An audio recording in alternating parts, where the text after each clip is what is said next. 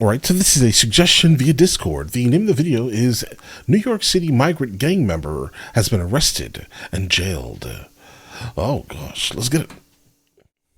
That sounds interesting. Something really bad is happening in New York. A wave of migrant crime has washed over our city, but they are nonetheless preying on New Yorkers and making our city less safe. There's been a surge in gang-related crimes in New York City lately, and the NYPD has been arresting migrant gang members who are taking advantage of the asylum system to carry out crimes in the city.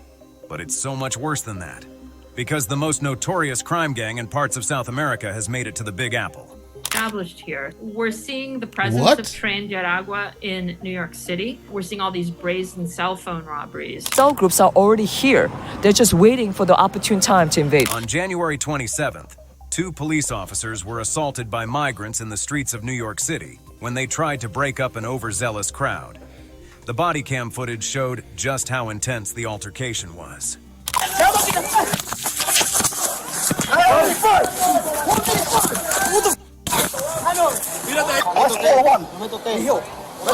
Six of these suspects were arrested by the police, but about 5 of them were controversially released, and they were believed to have skipped town.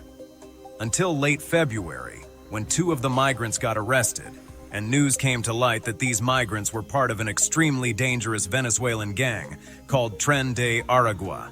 To a Venezuelan gang called Tren de Aragua, which has its origins at a prison.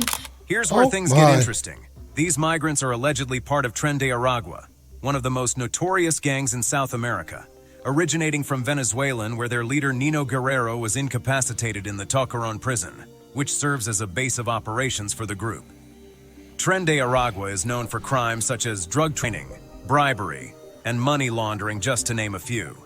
And they have a vast network of operations in countries all over South America, like Brazil, Colombia, Peru, Chile, and many others.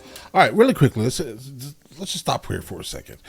We understand that there are people, that there could be people, for example, that are getting into the country, and they're absolutely not here for good purposes. Is it everyone? No, right? But the fact is that there are some people, in fact, getting in. I'm absolutely for the concept of stopping people at the border. Just don't let people walk in. Let's just not let everyone walk in, right? Stop them, question them, right? Don't just let people walk in. And I think that's what's happening at the border currently. That's the reason why why we're starting to get like some random South American, street fraternity in New York City. Guys, we don't need that. That's the last thing we need in New York City, bro.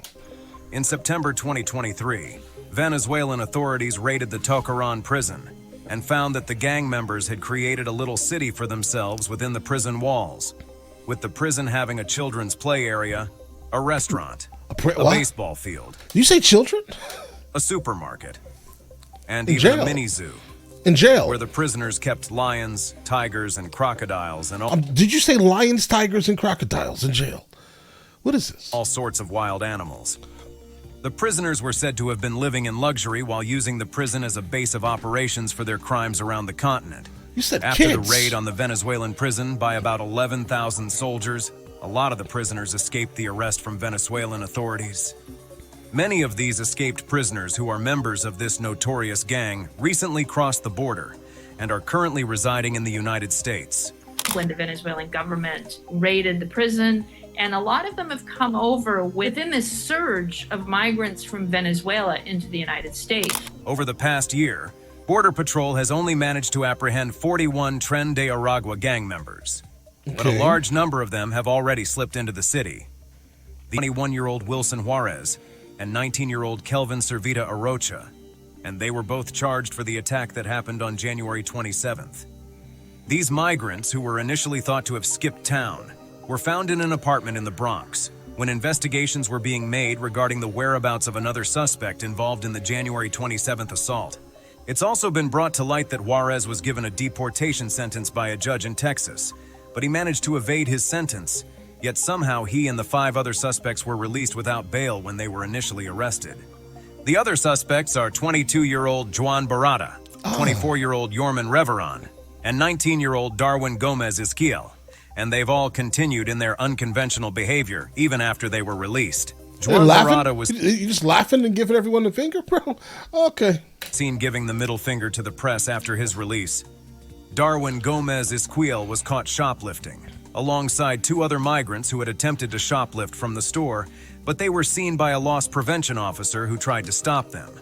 This led to the officer getting punched in the face, while Darwin and his accomplices made a run for it.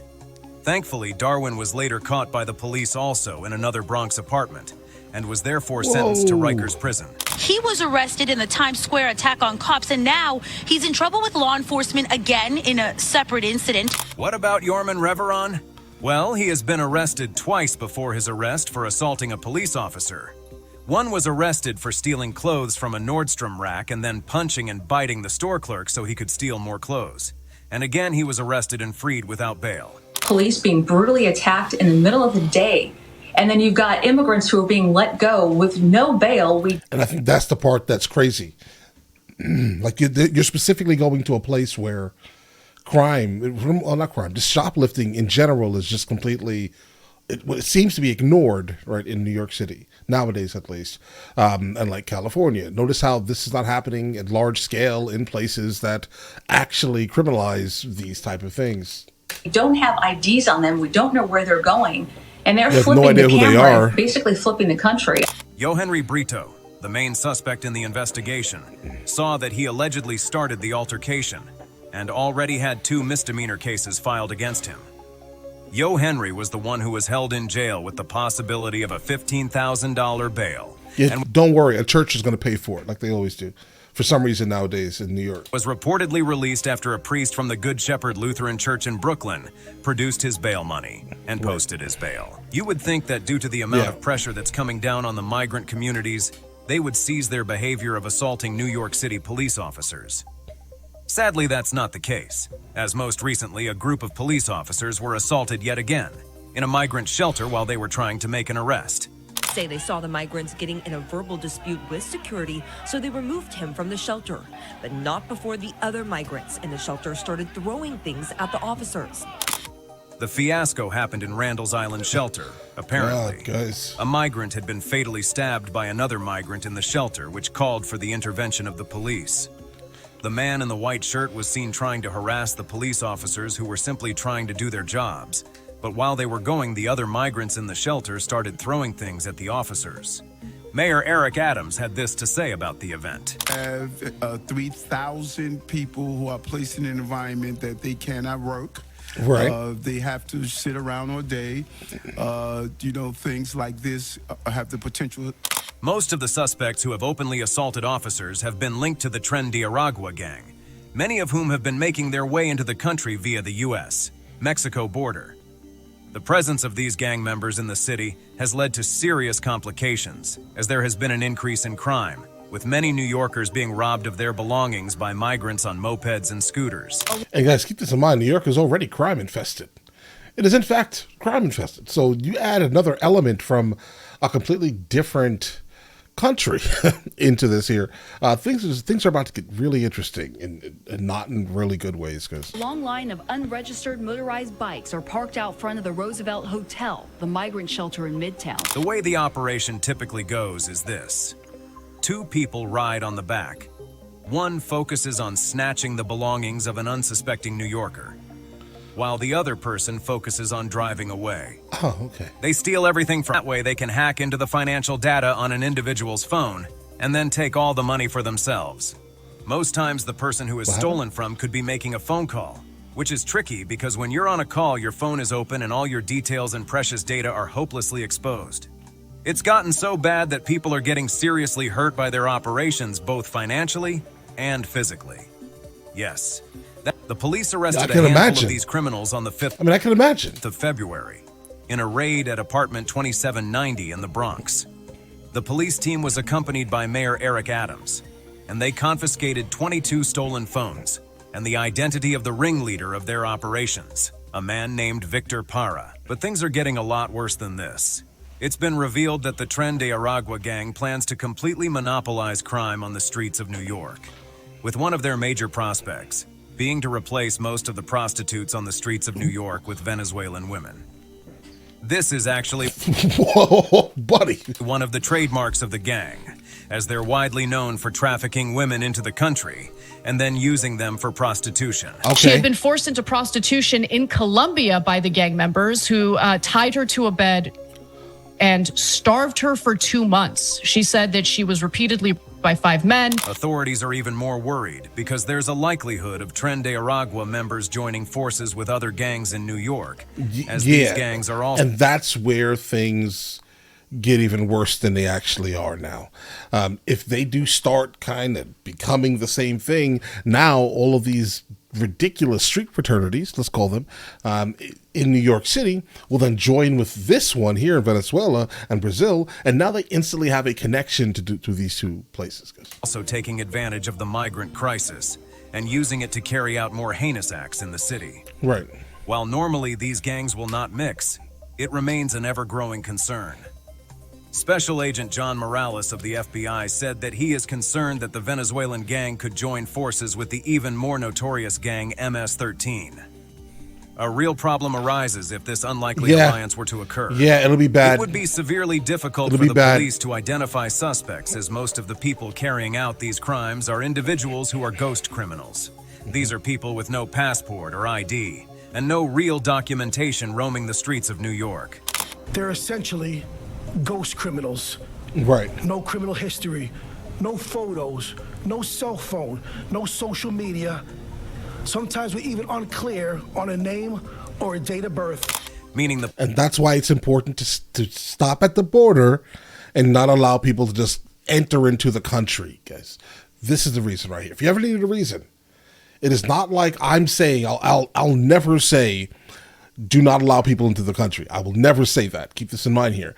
But it is absolutely mandatory, at the very least, to get people's information, accurate information, confirm exactly who they are, regardless of whatever way they're coming in. If that makes any sense. They need to be identified. Period. The police will have no easy means of properly identifying the criminals they're looking for. It's going to be an outright power struggle, possible open shootouts, and guess who's going to be caught in the crossfires of these events? Us. The innocent New Yorker. As you can see, life is about to get even more difficult for the average New Yorker who already lives in a somewhat dangerous city. The safety of many New Yorkers has been called into question with these recent developments, forcing security personnel all over the city to take action.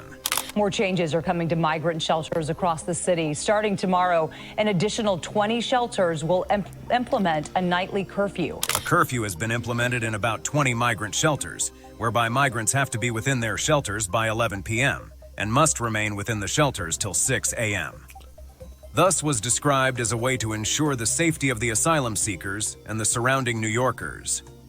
New York Governor Kathy Hochul has declared that she will be giving New York City an additional $2.4 billion to deal with the migrant crisis in her proposed 2025 budget.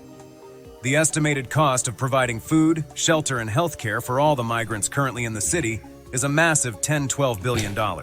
Furthermore, it has been stated that the gang members or other migrant criminals do not represent the vast majority of migrants currently in New York City. Right. And I think that's probably the important part to kind of point out here. It is not, under any circumstance, every single person that is there. It is a small group in comparison, right, that is making every single one of these individuals looking for asylum look terrible to the rest of the country. As many of the migrants present are searching for a better life or trying to escape dire circumstances in their home country.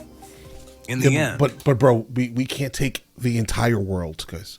We can't. The city authorities are working very hard to reduce the amount of gang activity, with security cameras and metal detectors being placed in most of the shelters to monitor would-be offenders and also keep innocent migrants safe. Mayor Adams claims that these crimes, or unsavory behavior being carried out by migrants in the city, are the unfortunate circumstances that occur when work visas are not made available to these asylum seekers.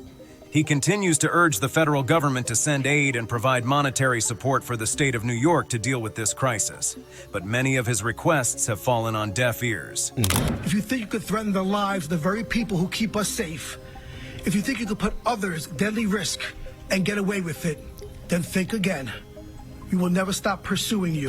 The NYPD has made it clear time and time again that they're going to keep making arrests of any gang member or anyone suspected of wrongdoing. Something really bad. Yeah, please keep doing that, obviously. How do we solve this issue, guys?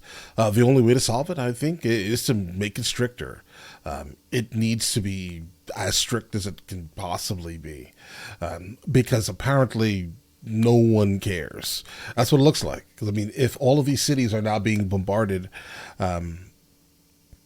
no one obviously cares. That means that the southern border is still just open. It's just an open door, basically. And that is absolutely not okay. It's not safe if we're allowing people to come in as ghost criminals, in the most part, to follow what the guy said here, right? The concept of a ghost criminal is absolutely scary. Imagine this person you're engaging with is someone who has deleted 30 people in some other country. They've come here. They're starting over fresh. What do you mean, right? The person didn't change, bro.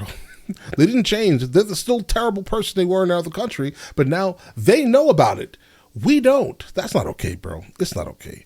But all right, listen, you guys all have an absolutely amazing day. Enjoy your day thoroughly. Guys, before we go, are you guys subscribed to the other channels? Logical Movie Reviews with Mr. L. Boyd along with Mr. L. Boyd Music.